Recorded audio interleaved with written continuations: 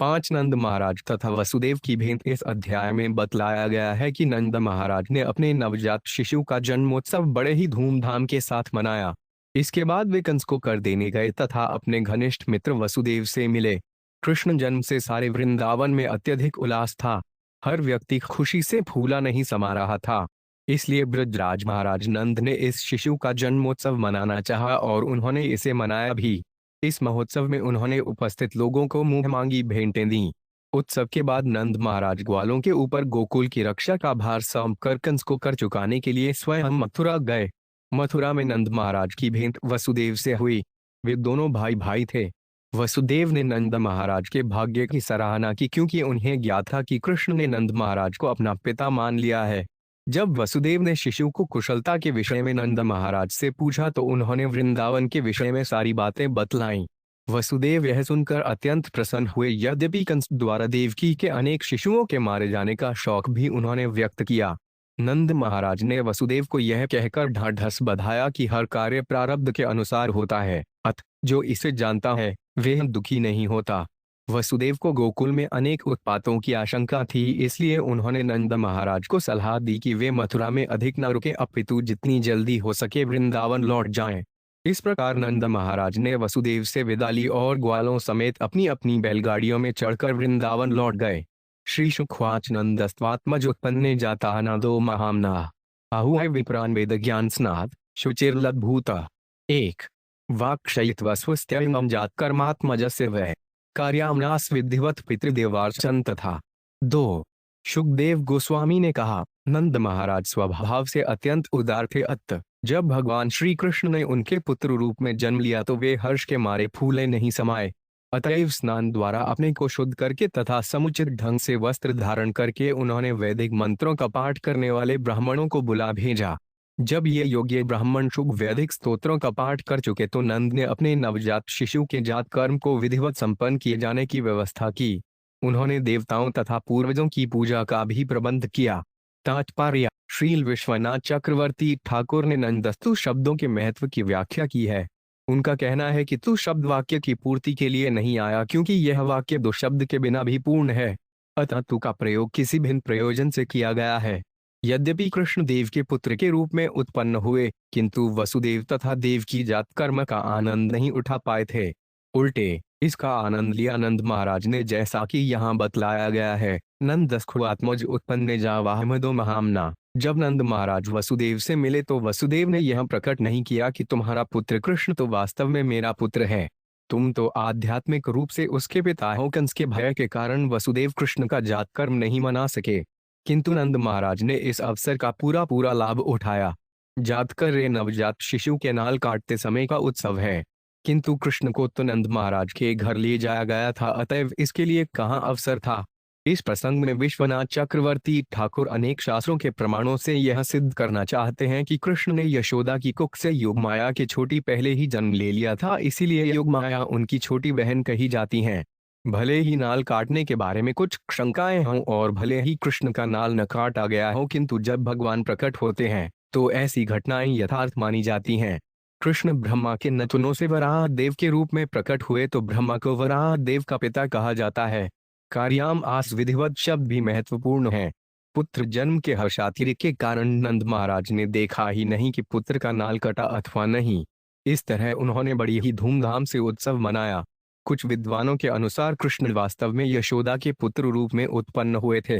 जो भी हो, हम इस पचड़े में न पढ़कर यह मान सकते हैं कि नंद महाराज द्वारा कृष्ण के जन्म पर किया गया यह उत्सव उचित था। इसीलिए यह उत्सव हर जगह नंदोत्सव कहलाता है। धेनून अनयुते प्रादाद्विप्रेभ्यो समलज्जूते तिलाद्रीन सप्तरलोकशात कौम्भाम्बरावृतान। 3 नंद महाराज ने ब्राह्मणों को वस्त्रों तथा रत्नों से अलंकृत 20 लाख गौवें दान में दी। उन्होंने रत्नों तथा सुनहरे गोटे वाले वस्त्रों से के तिल से बनाए गए 7 पहाड़ भी दान में दिए। कालेन स्नान शौचाभ्या संस्कार स्तप से जया शुद्धंति दाने संतुष्टया द्रव्याण्यात्मात्म विद्या। 4 है राजनु, समय बीतने के साथ ही धरती तथा अन्य संपत्ति शुद्ध हो जाती हैं। स्नान से शरीर शुद्ध होता है और सफाई करने से मलिन वस्तुएं शुद्ध होती हैं। संस्कार अनुष्ठानों से जन्म शुद्ध होता है, तपस्या से इंद्रियां शुद्ध होती हैं तथा पूजा से और ब्राह्मणों को दान देने से भौतिक संपत्ति शुद्ध होती है। संतुष्ट से मन शुद्ध होता है और आत्मज्ञान अर्थात कृष्ण भावनामृत से आत्मा शुद्ध होता है। तात्पर्य: वैदिक सभ्यता के अनुसार वस्तुओं को किस तरह शुद्ध किया जाए, इसके विषय में ही ये आदेश हैं। शुद्ध किए बिना प्रयोग की जाने वाली हर वस्तु हमें कलमशग्रस्त कर देगी। भारत में 5000 वर्ष पूर्व गांवों तक में यथा नंद महाराज के गांव में भी लोग जानते थे कि वस्तुओं को किस तरह शुद्ध किया जाता है, जिसके कारण वे कलमशरहित जीवन बिताते थे। सौमडूल्य गिरो विप्रह सूत्माग्धवंदीन गायकाश्च जगुनेन्दुर्भेयो दुल्दुभ्यो मुहुः। 5. ब्राह्मणों ने मंगलकारी वैदिक स्तोत्र सुनाए जिनकी ध्वनि से वातावरण शुद्ध हो गया। प्राचीन इतिहासों या पुराणों को सुनाने वाले, राज परिवारों के इतिहास सुनाने वाले तथा सामान्य वाचकों ने गायन किया, जबकि गवैयों ने भेरी, दुंदुभी आदि अनेक प्रकार के वाद्य यंत्रों की संगत में गाया।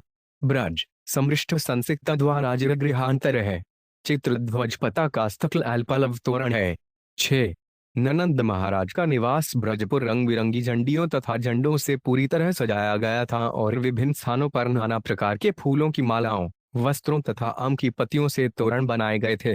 आंगन, सड़कों के पास के दरवाजे तथा घरों के कमरों के भीतर की सारी वस्तुएं अच्छी तरह से झाड़ बुहार कर पानी से धोई गई थीं। गावो वृषा वत्सत्र हरिद्वा तैलरुषिता विचित्र धातु बरी स्त्रग्वस्त्र कानलन ममालिन। 7. गौओं, बैलों तथा बछड़ों के सारे शरीर में हल्दी तथा तेल के साथ नाना प्रकार के खनिजों का लेप किया गया था। उनके मस्तकों को मोरपंखों से सजाया गया था। उन्हें मालाएं पहनाई गई थीं और ऊपर से वस्त्र तथा सुनहरे गहनों से आच्छादित किया गया था। तात्पर्य: भगवान के भगवद गीता 18.44 में आदेश दिया है, कृषियों रक्ष्य वाणिज्यन वैश्य कर्म स्वभाव जय। खेती करना, गोरक्षा तथा व्यापार वैश्यों के गुण है। नंद महाराज वैश्य जाति के खेतीहर थे। किस तरह गायों की रक्षा करनी चाहिए और यह वैश्य जाति कितनी संपन्न थी, इसी का वर्णन इन श्लोकों में हुआ है। हम कल्पना भी नहीं कर सकते कि गौएं, बैल तथा बछड़ों की इतने सुंदर ढंग से देखभाल की जाती होगी और उन्हें वस्त्रों तथा बहुमूल्य सुनहरी गहनों से इस तरह सजाया जाता होगा। वे लोग कितने सुखी थे। श्रीमद् भागवत में अन्यत्र वर्णन आया है कि महाराज युधिष्ठिर के काल में गौएं इतनी सुखी थीं कि उनके दूध से गोचर भूमि सिक्त हो जाती थी। यह है भारतीय सभ्यता। फिर भी उसी भारतवर्ष में न जाने कितने लोग वैदिक जीवन शैली छोड़ने तथा भगवद गीता की शिक्षाएं न समझने के कारण कष्ट भोग रहे हैं। महावस्त्राभरण कर्णकोष्णीश भूषिता गोपा समायुराजनानुपायन पण। 8. हे राजा परीक्षित, ग्वाले अत्यंत मूल्यवान गहने तथा कवच और पगड़ी जैसे वस्त्रों से खूब सजे धजे थे। इस तरह से सज धज कर तथा अपने हाथों में तरह तरह की भेंटें लेकर वे नंद महाराज के घर आए।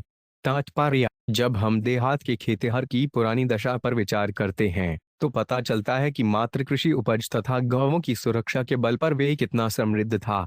किंतु वर्तमान समय में कृषि की उपेक्षा की जा रही है और गोरक्षा का परित्याग हो चुका है, जिससे खेतिहर की स्थिति दयनीय है और वे फटे पुराने वस्त्र पहले रहता है। प्राचीन भारत और वर्तमान कालीन भारत में यही अंतर है।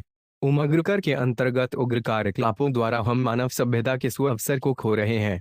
गोप्यश्चाकर्ण्य मुद्रिता यशोदाया सुतोधवम आत्मानवन भूषण चक्रुवस्थणा कल्पार्जननादिभि। 9. गोपियां यह सुनकर अत्यधिक प्रसन्न थीं कि माता यशोदा ने पुत्र को जन्म दिया है, अतः वे उपयुक्त वस्त्रों, गहनों, काजल आदि से अपने को सजाने लगीं। नवकुडलडु मकृग्यल का मुखपड्डूज भूताय बलभिस्त्वरितां जगमु पृथुशून्यश्चलत कुचा। 10.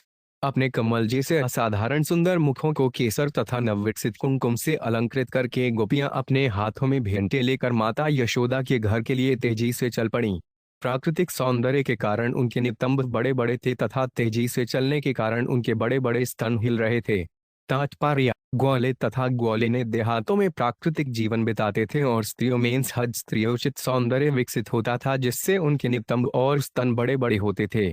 क्योंकि आधुनिक सभ्यता में स्त्रियां प्राकृतिक जीवन नहीं बिताती, इसलिए उनके नितंब तथा स्तन प्राकृतिक ढंग से परिपुष्ट नहीं होते। बनावटी जीवन बिताने से स्त्रियों ने अपना प्राकृतिक सौंदर्य खो दिया है, भले ही वे अपने को स्वतंत्र तथा भौतिक सभ्यता में पुरुष कयों न मानती हों।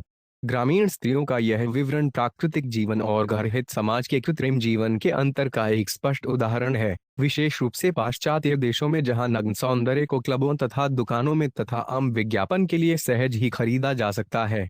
बल्ली थी शब्द बतलाता है कि जरिया स्वर्ण मुद्राएं, रत्न जटित मालाएं, सुंदर वस्त्र, दूर्वा, चंदन लेप, पुष्पमालाएं तथा स्वर्ण की थालों में विविध भेंटें लेकर गई थीं। ऐसी भेंटें बलि कहलाती हैं। त्वरित जगमू शब्द सूचित करते हैं कि ग्रामीण स्त्रियां कितनी जल्दी समझ गईं कि माता यशोदा ने कृष्ण नामक अद्भुत बालक को जन्म दिया और वे कितनी प्रसन्न थीं। गोप्य सुमृष्टट मणिकुंडल निष्कंठ्य श्वेतांबरा पश्चिल शिखाच्युतमाल्य वर्षा नंदालयंसवलया ब्रजतीर्विरेजु व्यालोल कुंडल प्योद्रहार शोभा। 91। गोपियों के कानों में चमचमाते रत्न जटित बालियां थी और उनके गले में धातुओं के हौस लटक रहे थे। उनके हाथ चूड़ियों से विभूषित थे। उनकी वेशभूषाएं विविध रंगों की थीं और उनके बालों में लगे फूल रास्तों पर गिर रहे थे मानो वर्षा हो रही हो। इस प्रकार नंद महाराज के घर जाते समय गोपियां, उनके कुंडल, उनके हिलते स्तन तथा मालाएं अतीव सुंदर लग रही थीं। तात्पर्य: कृष्ण का स्वागत करने के लिए महाराज नंद के घर जा रही गोपियों का वर्णन विशेष रूप से महत्वपूर्ण है। गोपियां सामान्य स्त्रियां नहीं थीं अपितु वे कृष्ण की वादिनी शक्ति की अंश थीं, जैसा कि ब्रह्म संहिता में कहा गया है। आनंद चिन्मय सप्रतिभाविताभिस्ताभिर एव निजरूपतया कलाभि गोलोक एव निव्यक्तिखिलात्म भूतों गोविंदयादि पुरुषांत भजामि। ब्रह्म संहिता 5.37। चिंतामणि प्रकर सबद्य सुकल्प वृक्ष लक्षावृतेश सुरभीर्भिपालयन्तम लक्ष्मी सह सस्त समुद्रक सेव्यमान गोविंदयादि पुरुषांत भजामि। ब्रह्म संहिता 5.29। कृष्ण जहाँ भी जाते हैं सदा ही गोपियों द्वारा पूजे जाते हैं। इसीलिए श्रीमद् भागवत में कृष्ण का इतना विशद वर्णन हुआ है। श्री चैतन्य महाप्रभु ने भी कृष्ण का वर्णन इस प्रकार किया है। रस्या का चिदुपासना व्रजवधूवर्गीय या कल्पिता सारी गोपियां अपनी अपनी भेंटें लेकर कृष्ण के पास जा रही थीं क्योंकि वे भगवान की नित्य संगिनी है।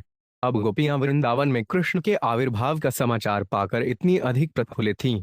ता आशीष प्रयुज्यानाश चिरवन पाहिति बालके हरिद्राचूर्ण तहलादी शिषजंत्यो डजनमुजग्गु। 12। ग्वालों की पत्नियों तथा पुत्रियों ने नवजात शिशु कृष्ण को आशीर्वाद देते हुए कहा, आप ब्रज के राजा बने और यहाँ के सारे निवासियों का दीर्घ काल तक पालन करें। उन्होंने अजय्या भगवान पर हल्दी, तेल तथा जल का मिश्रण छिड़का और प्रार्थनाएं की। अवाद्यंत विचित्राणि वादित्राणि महोत्सवे कृष्णे विश्वेश्वरे उनंते नंद से क्रजमागते। 13। चूंकि अब सर्वव्यापी संपूर्ण ब्रह्मांड के स्वामी अनंत भगवान कृष्ण महाराज नंद की पुरी में पदार्पण कर चुके थे, अतएव इस महान उत्सव के उपलक्ष्य में नाना प्रकार के वाद्य यंत्र बजाए गए। तात्पर्य: भगवद गीता 4.7 में भगवान कहते हैं, यद्यदाहि धर्मस्य ग्लानिर्भवति भारत अभ्युत्थानमर्धमस्य तदात्मानं सृजाम्यहम्। जब जब धर्म की हानि होती है और अधर्म का प्राधान्य होता है तब तब हे भरतवंशी मैं स्वयं अवतरित होता हूँ। ब्रह्मा के एक दिन में जब भी कृष्ण अवतरित होते हैं तो वे वृंदावन में नंद महाराज के घर में ही आते हैं। कृष्ण सारी सृष्टि के स्वामी हैं, सर्वलोक महेश्वर है। अत न केवल नंद महाराज के ब्रज के पड़ोस में अपितु सारे ब्रह्मांड में तथा अन्य सभी ब्रह्मांडों में भगवान के शुभ आगमन पर वाद्य यंत्र बज उठे। गोपा परस्पर हष्टादक्षीरघृताम्बुभि आम सृजंतो विलिम्पन्तो नवनीतैश्वचिक्षिपो। 14। ग्वालों ने प्रसन्न होकर एक दूसरे के शरीरों में दही, खीर, मक्खन तथा जल का घोल छिड़ककर इस महोत्सव का आनंद लिया। उन्होंने एक दूसरे पर मक्खन फेंका और एक दूसरे के शरीरों में पोता भी। तात्पर्य: इस कथन से हम समझ सकते हैं कि 5000 वर्ष पूर्व दूध, दही तथा मक्खन की इतनी प्रचुरता थी कि न केवल खाने पीने तथा भोजन बनाने के लिए पर्याप्त था अपितु उत्सव के अवसर पर बिना रोक-टोक के ऐसे फेंका भी जाता था। मानव समाज में दूध, दही, मक्खन तथा ऐसे दूसरे पदार्थों की चाहे जितनी मात्रा प्रयुक्त को जाए इस पर कोई रोक न थी। हर व्यक्ति के पास दूध का प्रचुर संग्रह होता था और इससे विविध व्यंजन बनाकर लोग प्राकृतिक ढंग से स्वस्थ रहते और कृष्ण भावनामृत में जीवन बिताते थे। नंदो महामनास्ते भयो वासो 5 लड्डार गोदनम सूतमाग धवंदी भयो ये उन्हें विद्योप जीवन। 15। तैस्तः कामेर्दीनात्मा यथोत्रितम पूजयत विष्णुराराधनार्थाय स्वप्रतनृस्योदयाय च। 16।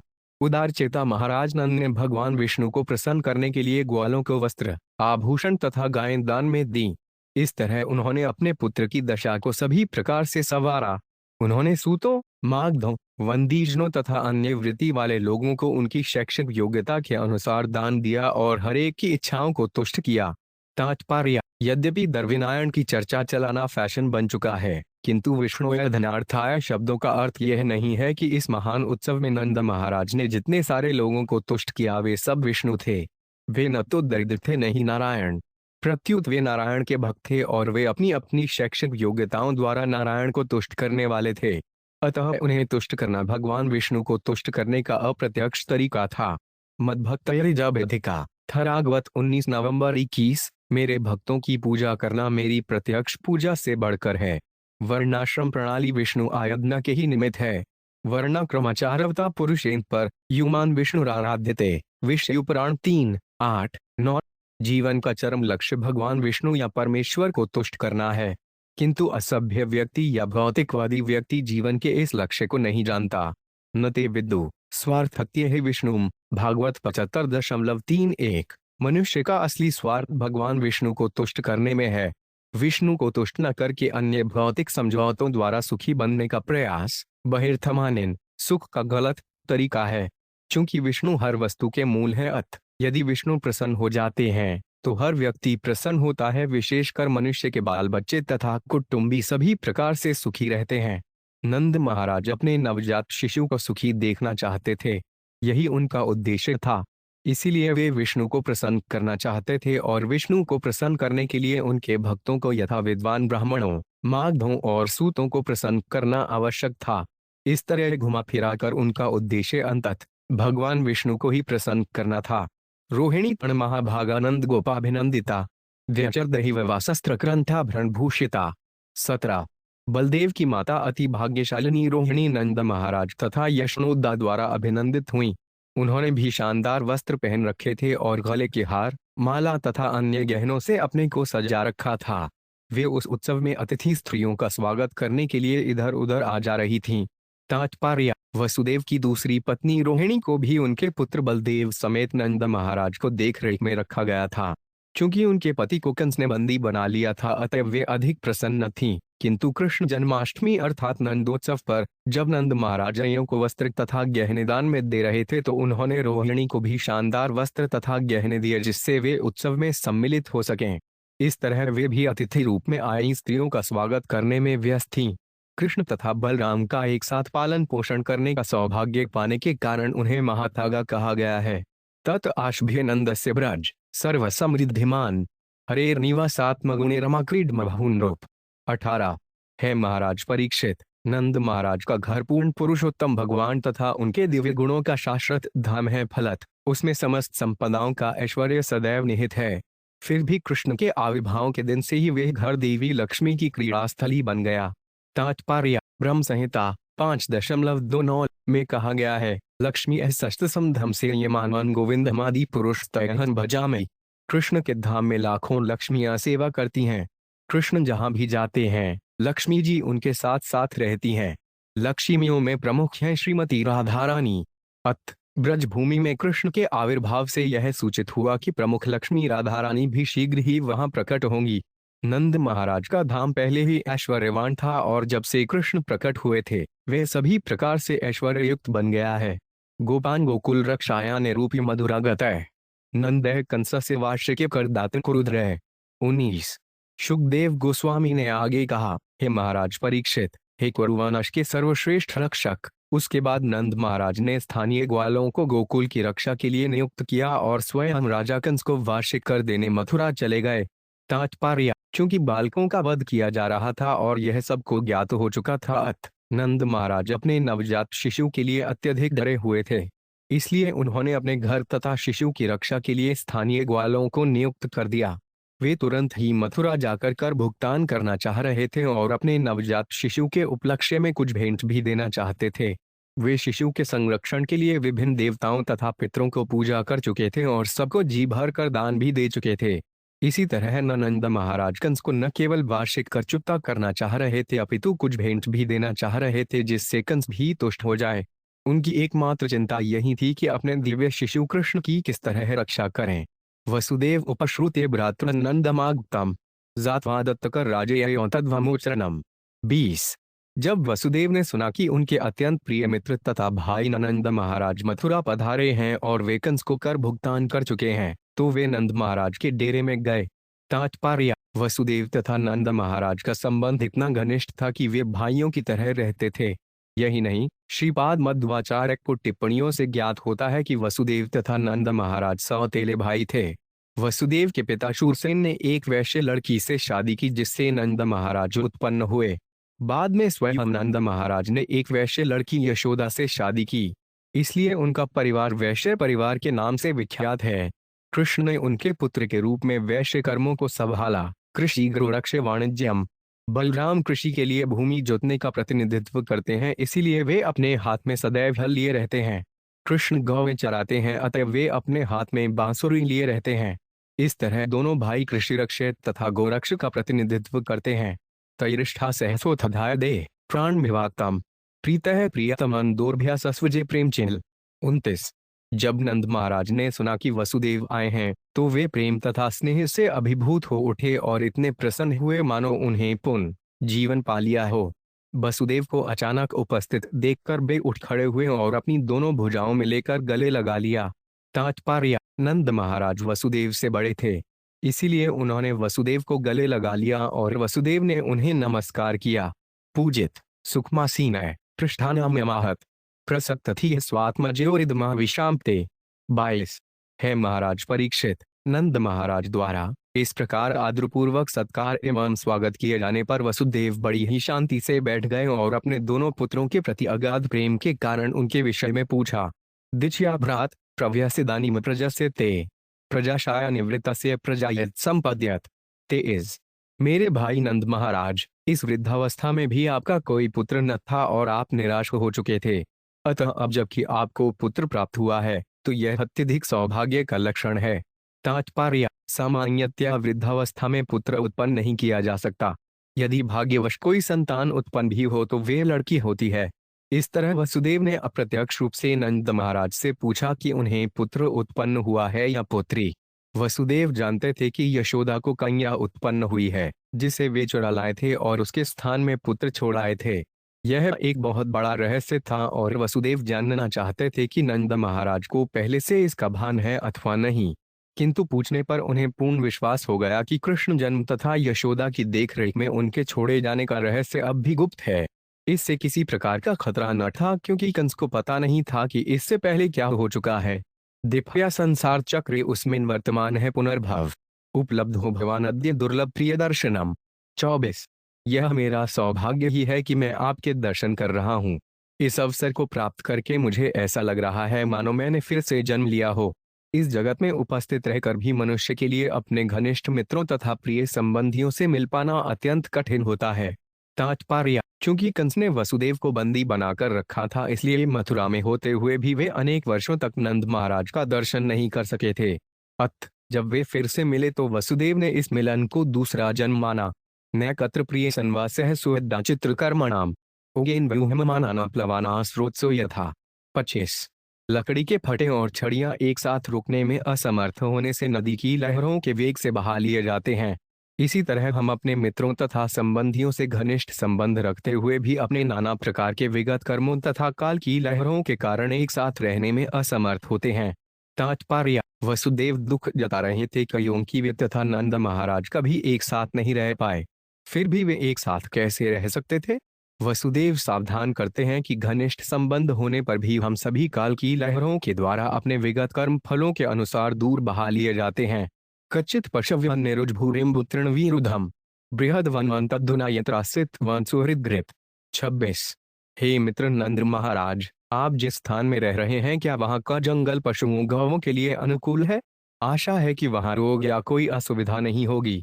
वह स्थान जल, घास तथा अन्य पौधों से भरा पूरा होगा। तात्पर्य: मानव सुख के लिए पशुओं, विशेष रूप से गौवों की देखभाल करनी चाहिए। इसीलिए वसुदेव ने पूछा कि क्या जहाँ नंद महाराज रहते हैं वहाँ पशुओं के लिए अच्छा प्रबंध है? समुचित मानव सुख के लिए गौवों की रक्षा का प्रबंध होना चाहिए। इसका अर्थ हुआ कि जंगल तथा घास और जल से पूर्ण पर्याप्त चारागाह होने चाहिए। यदि जानवर सुखी रहेंगे तो प्रचुर दूध मिलेगा जिससे सकेंगी जिनसे का सकेंगे मनुष्यों को तरह तरह की वस्तुएं प्राप्त हो सकेंगी जिनसे वे सुखपूर्वक जीवन बिता सकेंगे।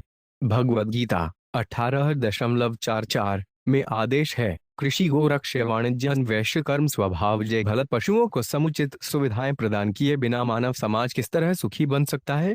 यह बहुत बड़ा पाप है कि लोग कसाई घर चलाने के लिए पशुपालन कर रहे हैं।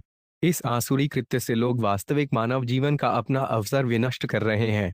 चूंकि वे कृष्ण के उपदेशों को कोई महत्व नहीं दे रहे इसलिए उनको तथाकथित सभ्यता की प्रगति पागलखाने के लोगों के पागलपूर्ण प्रयासों की तरह है। भ्रातर्मम स्वतः कचिन मात्रा सह भवद वजे तात भवंता उन्मन्वानो भवद्भ्यामुत्लालिप्तः। 27। आप तथा यशोदा देवी के द्वारा पाले जाने के कारण मेरा पुत्र बलदेव आप दोनों को अपना माता पिता मानता तो है न, वे आपके घर में अपनी असली माता रोहिणी के साथ शांतिपूर्वक रह रहा है न। पुंसस्नरिवर्गो विहितः सुहृदोहानुभावितः न तेषु क्लिश्यमानेषु त्रिवर्गोऽर्थाय कल्पते। 28। जब किसी के मित्र तथा संबंधीगण अपने अपने पदों पर ठीक तरह से बने रहते हैं तो वैदिक साहित्य में उल्लिखित उनके धर्म अर्थ तथा काम लाभप्रद होते हैं। अन्यथा मित्रों तथा संबंधियों के क्लेशग्रस्त होने पर इन तीनों से कोई सुख नहीं मिल पाता। तात्पर्य, वसुदेव ने नंद महाराज से खेद व्यक्त किया कि पत्नी तथा संतानें होने पर भी वे उनका पालन करने का अपना कर्तव्य नहीं निभा पा रहे हैं, अतः वे दुखी हैं। श्रीनंद उदास होते देव की पुत्रा कंसेन बहवो हता एक अवशिष्टा व्रजा कन्या सापे दिवगता। 29। नंद महाराज ने कहा, हाय राजा कंस ने देवकी से उत्पन्न तुम्हारे अनेक बालकों को मार डाला और तुम्हारी संतानों में सबसे छोटी एक कन्या स्वर्गलोक को चली गई। तात्पर्य, जब वसुदेव ने नंद महाराज से यह जान लिया कि कृष्ण के जन्म तथा यशोदा की कन्या से उनके बदले जाने का रहस्य अब भी खुला नहीं है तो वे प्रसन्न थे कि सब कुछ ठीक से चल रहा। छोटी है यह कहकर कि वसुदेव को सबसे छोटी संतान उनकी पुत्री स्वर्गलोक चली गई, नंद महाराज ने यह इंगित किया कि उन्हें यह ज्ञात नहीं कि यह कन्या यशोदा से जन्मी है और वसुदेव ने उसे कृष्ण से बदल लिया है। इस तरह वसुदेव की शंकाओं का निराकरण हो गया। नून हादश्चनिष्ठोड्यमहेश्लप परमोजन अदृष्टमात्मनस्तत्वन यो वेद न सम्मोहाति। 30। प्रत्येक व्यक्ति निश्चय ही प्रारब्ध द्वारा नियंत्रित होता है क्योंकि उसी से मनुष्य के सकाम कर्मों के फल निर्धारित होते हैं। दूसरे शब्दों में, अदृष्ट प्रारब्ध के कारण ही मनुष्य को पुत्र या पुत्री प्राप्त होती है और जब पुत्र या पुत्री नहीं रहते तो वह भी अदृष्ट प्रारब्ध के ही कारण होता है। प्रारब्ध ही हर एक का अनंतिम नियंत्रक है। जो इसे जानता है वह कभी मोहग्रस्त नहीं होता। तात्पर्य, नंद महाराज ने अपने छोटे भाई वसुदेव को यह कहकर ढाढ़स बंधाया कि अंततोगत्वा प्रारब्ध ही प्रत्येक बात के लिए उत्तरदायी है। वसुदेव को इस बात से दुखी नहीं होना चाहिए कि उसको अनेक संतानें कंस द्वारा मार दी गई हैं अथवा इसलिए कि उनकी अंतिम संतान जो एक कन्या थी स्वर्गलोक को चली गई है। श्री सुदेव उवाच करो वैवार्षिको दत्तो राजे दृष्टा वयांच वै नेस्थेयं बहुतिथम संत्युत्पाताश्च गोकुले। 31।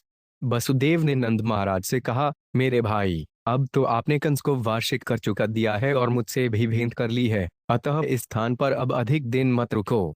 गोकुल लौट जाना बेहतर है क्योंकि मैं जानता हूं कि वहां कुछ उपद्रव हो सकते हैं। श्री शुक्वाचिति नंदाद्यो गोपा प्रोक्तास्ते शौरणायु अनोभिर्न डुगुक्तस्तम नुज्ञाप गोकुलम। 32।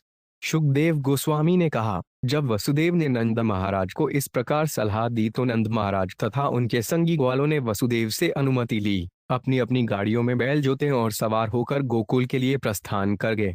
इस प्रकार श्रीमद् भागवत के 10वें स्कंद के अंतर्गत नंद महाराज तथा वसुदेव की भेंट नामक 5वें अध्याय के तख्त वेदांत वात्पर्य पूर्ण हुए।